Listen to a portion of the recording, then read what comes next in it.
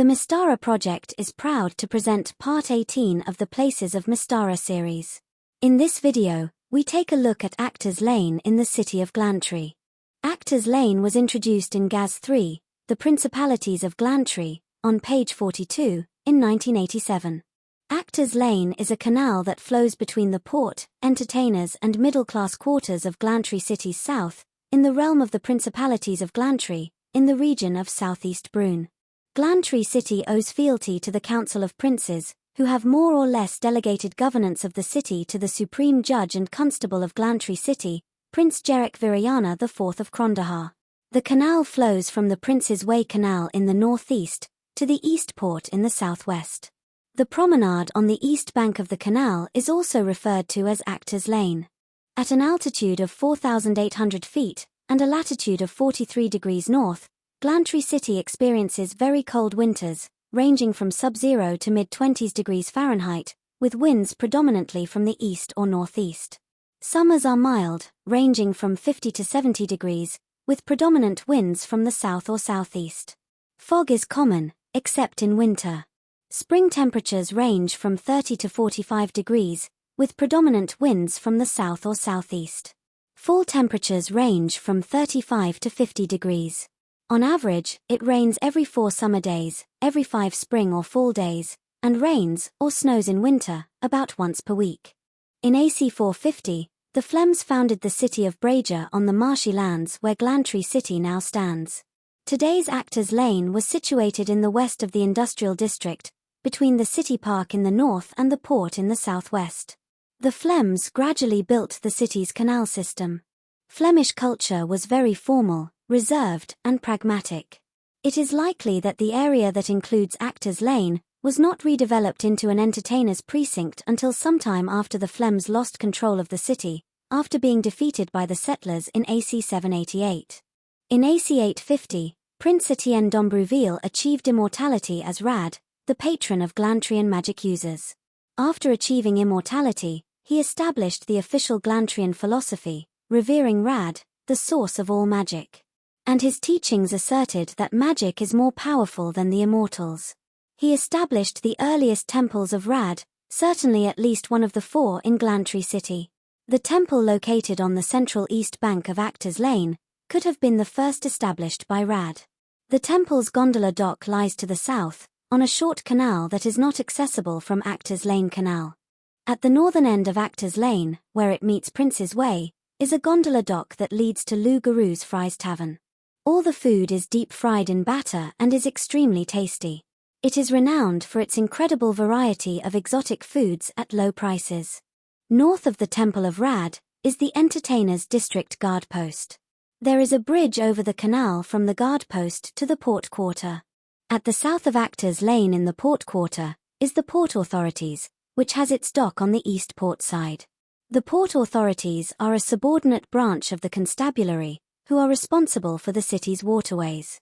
The mysterious canal master heads up the Port Authorities, secretly commanding Velia, aquatic ghouls and aquatic hobgoblins to do his bidding. The Port Authorities patrol the waterways around the clock. North of the Port Authorities is a large warehouse. Actors Lane Canal flows right up to the rear of both these buildings. North of the large warehouse are 2 unmarked buildings. A third unmarked building lies on the corner of Actors Lane and the back canal. These buildings are also likely to be warehouses. There are 2 unmarked middle-class quarter buildings that adjoin Actors Lane Canal. They are likely to be residences of scholars or middle-class families.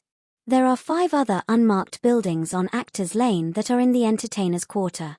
They could be taverns, like the Big Empty Goth-themed establishment, inns, small theatres, fest halls, acting props shops, art galleries, food and beverage vendors, or sisters of the private house.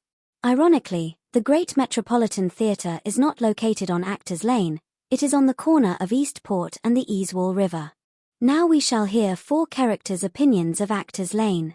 Emilio the Great is a Daracinian thespian and playwright, who has toured far and wide over his 3-decade-long career. He is currently based in Specularum. Dar Inbelen is an equerry serving a Karamican merchant. Sir Boris Gorovich Voslany, a famous socialite, represents his brother, Prince Morfail of Moldavia, at the Glantrian Parliament. Finally, we will hear from a local street performer, Shurav Orlovsky. Ah, so you wish to seek fortune and applause on Actors Lane in Glantri City? Sit, then, and listen to an old performer who is eaten lamb for breakfast and won the favor of more patrons than he care to count.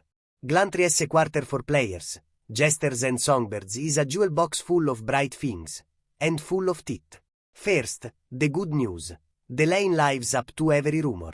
It ring with music from late afternoon to a witching hour. Teeny theatres explode with new plays each night. The taverns are thick with con and gossip. And there are more kinds of applause in a single evening than you will hear anywhere else on the known world. If you have talent, invention, a trick no one has seen, or a voice that can stop a table mid-swallow, you will be noticed. The crowd here is hungry for spectacle. The patrons are rich, curious, and, yes, vain to part with gold when truly entertained. Now, the cautions. Because a courage without cunning in Glantri is merely entertainment for someone else. Glantri is a city where magic sits on the dice with the playwright and the prince. Many of those who hold sway are wizards by trade and temper. Illusions that charm a peasant will be tested by a mage with a cruel sense of humor. Never think a dazzling conjuring is a substitute for craft. A stolen trick, a borrowed spell, or a disrespectful joke at the expense of a magisteresse pride will see you ruin faster than applause fades. There are guilds, impresarios, and federated managers who keep the quarter turning. Learn their customs. Pay the right fees, observe the right courtesies, and seek an introduction rather than trusting yourself onto a stage. A bad first performance in the wrong theater will travel faster than a good one. Better to begin in a low tavern, earn steady coin, and let word of mouth climb the stairs for you than to stride into a grand playhouse with nothing but bravado. Watch your rivals. Competition here is an art form unto itself. Some will flatter you to your face and sharpen knives behind the curtain. Others will use subtler magics, the sudden forgetting of lines, wine that dulls the voice, a prop that refuses to burn, little cruelties that look like miscance. Keep your friends close, your props closer, and never leave a rival alone with your cloak or your script. And listen to your patrons. Nobles and wizards give more than coin. They give introductions, protection, and the kind of favor that can open a theatre's doors. But favor is a delicate thing. Take it too easily and you become a puppet. Refuse it rudely and you become a lesson. Choose patrons who make you feel larger, not smaller. Align with a house that appreciates your art, not one that wants you simply as a spectacle to parade. Practicalities. Learn to bow to different audiences. Keep a small purse of ready for bribing doors and guards. And never perform a dangerous spell in public without permission. If you can sing, dance, telatale, and make a clever illusion at once, you will be remembered. If you can combine craft with a measure of humility and a dash of diplomacy, you will be applauded for years. So go, if you must. Go with a trunk full of new things, a head full of rehearsed humility, and eyes for the small kindnesses as well as the grand gestures. Actors Lane will gild you or grind you into the sawdust beneath its stage. Fame and gold are possible there, beautifully possible, but know that both are as fragile as the final bow. Keep your wits as sharp as your wit, and welcome the applause, for a moment only. Then work, again. Boatmen called gondoliers pole their gondolas down the canals of Glantri City, taking people wherever they wish to go for around 10 copper pennies. Almost everything is made of stone. Steps lead down 5 to 6 feet lower than the promenades to stone gondola docks in the canals. Actors Lane? Well, it didn't look as well kept as the Citadel, noble and middle-class quarters. Still, I heard it is nowhere near as bad as the derelict West Side quarter. Lots of inns and taverns there, and a wide choice of food and drinks I'd never heard of. I'm not really into street performers, to be blunt. Always give me a twitch that my pocket's going to be a bit lighter, one way or the other. Well, the canal trips have been different, but I think I'll stick to horse riding, if you don't mind me saying. Ah, good evening, my fine friends. Let me give you a tour of the fascinating Cactus Lane, a place I know well in one of the most interesting districts of Glantri, the Entertainers Quarter. It has enjoyable entertainment ranging from Buster's taverns, like Logar's fries over there, to the most select inns, street spectacles of troubadour, actors, acrobats, wrestlers, animal and monster handlers, and exotic spellcasting. Most visitors to our great city come to the ancient court first to seek accommodation, but there are usually no vacancies. But if you persist, you will probably get a booking. But, right staying in Actors Lane, if you need a good night's rest, there is a great choice for food and drink in the lane. I would recommend the Bloody Maris, and I am very satisfying. Apparently, only persons gondolas are permitted on Actors Lane during the day to avoid congestion. But that's not my concern. Well, it's time for my next social engagement of the night. It's been a pleasure. Enjoy your stay. Yeah, I learned those Chontertianis tricks at the United Artists Guild. Gets me a few kinds to eke out a living in this quarter. Sometimes, I just have to go hungry. Actors lanisemo I peche. Anyone who starts twisting their body for one there is in for a big shock. You want to get rich and famous. Well, the entertainment business is too off. Sure if you make enough to live well, but the real money is made on the quiet. You lot look like you can handle situations. Maybe you'll get a tap on the shoulder for some dirty work those wizards on do themselves. Look out for Luigi Del Canta, the singing gondoler. Is always got leads for good paying jobs. Glantri uses the Thyatian calendar, which was introduced with the settlers in the 8th century AC. Note that Gaz III presented Newmont as being the start of spring, instead of Thormont. As a lot of events are seasonally based, dates of importance have been pushed back to months, which is more or less the approach that the Glantri Kingdom of Magic box set adopted. On the 1st of Newmont, New Year's Day celebrations on Actors Lane mainly involve a winter festival. On the 18th of Vatamont, or the 18th of Flormont, is the Monsters Fair, sponsored by the Monster Handlers Syndicate. Monsters are paraded throughout the city, including Actors Lane. The 1st to the 7th of Thormont marks the spring break vacation for students of the Great School of Magic. Sometimes this occurs from the 10th to the 16th. Depending on the weather, one day during this week, the students show off their skills by blowing up the ice on the waterways, including Actors Lane. No traffic is allowed that day until the waterways are safe. Nominally, the blowing up of the ice occurs on the 6th. Student pranks are common during this week. The 25th to the 28th of Thormont, or alternatively Yarthmont, features the Wizards' Convention, Arcanium.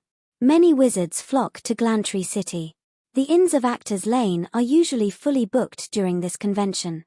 The 20th of Flormont, or alternatively Claremont, is Parade Day. Prinz Jager von Drachenfels usually leads a Glantrian army parade throughout the capital, including Actors Lane. The Night of the Red Moon occurs on the 15th of Claremont, or alternatively Fairmont. The full moon turns red on this night. Creatures become skittish. Mundanus hide indoors from evil spirits, to avoid catastrophes. The red moon enhances all Arcanus magical perception. But, the higher the Arcanus IQ, and the lower their experience with magic, the higher the probability that they will suffer more severe impacts from the red moon, similar to alcohol intoxication. Gondola games occurs on the waterways of Glantri City on Midsummer's Day, the 14th of Felmont. Usual waterways traffic is interrupted for these games, that mock Parade Day. In the evening, banquets, dances, spectacles and feasts occur throughout Actors Lane. Feria de Toros also occurs on Midsummer's Day. Alternatively, it could be shifted to the 14th of Ambermont to avoid a clash with the gondola games. Belcadesian elves, Great School of Magic students, and other adventurous people hunt aquatic monsters in the waterways of Glantri City, including Actors Lane. The canal master is probably not a fan of these hunts that could injure or kill his servants. The 25th of Felmont is Beggar's Hope. On this day, the less fortunate are permitted to beg anywhere in the city. The Viennese Carnival, on the 15th of Fairmont, features the populous waving scarecrows, many resembling wolf men, along the canal edges. They wear colorful costumes and masks, laugh, dance, and bang on pan lids, making the most noise possible. All this is designed to scare away evil spirits. A lesser-known purpose is to mock the werewolf. The carnival starts at dusk and ends at sunrise. Disturbing the nighttime peace is a crime in Glantri City, but there are too many offenders for the constabulary to deal with. The 6th of Swiftmont is New Year's Day in the Ethengarian calendar. The Crondaharians of Ethengarian descent celebrate their new year with the best wishes of Crondahar. They wish luck on all who they meet via a greeting ritual that involves tongue poking, bowing, and cheek slapping. The 26th of Imont is Fire Night, marking the end of fall. Traladarans of Karamikos celebrate this as the Night of Fire on the 28th of Claremont. Followers of the flame use torches and censers to ward away evil spirits, in a procession of gondolas throughout Glantri City, including Actors Lane. The annual Glantrian Ice Games are held on the 14th and 15th of Caldmont. Day 1 events include skating and sledding races. The following day features ice jousts and snowball fights. The night of the 15th of Caldmont features the Boldavian procession, which makes its way throughout the city. Boldavians perform all sorts of rituals to ward off vampires. Alexander Day is observed on the 27th of Caldmont. At noon, an hour's silence is held to honor Lord Alexander Glantri. The final night of the year is known as the Bells of Fate, where every household rings bells at midnight to ward away evil spirits, as comets streak through the sky. Actors Lane is quite a drawcard for visitors to, and locals from Glantri City. Visitors are likely to stay at an inn in the entertainers' quarter.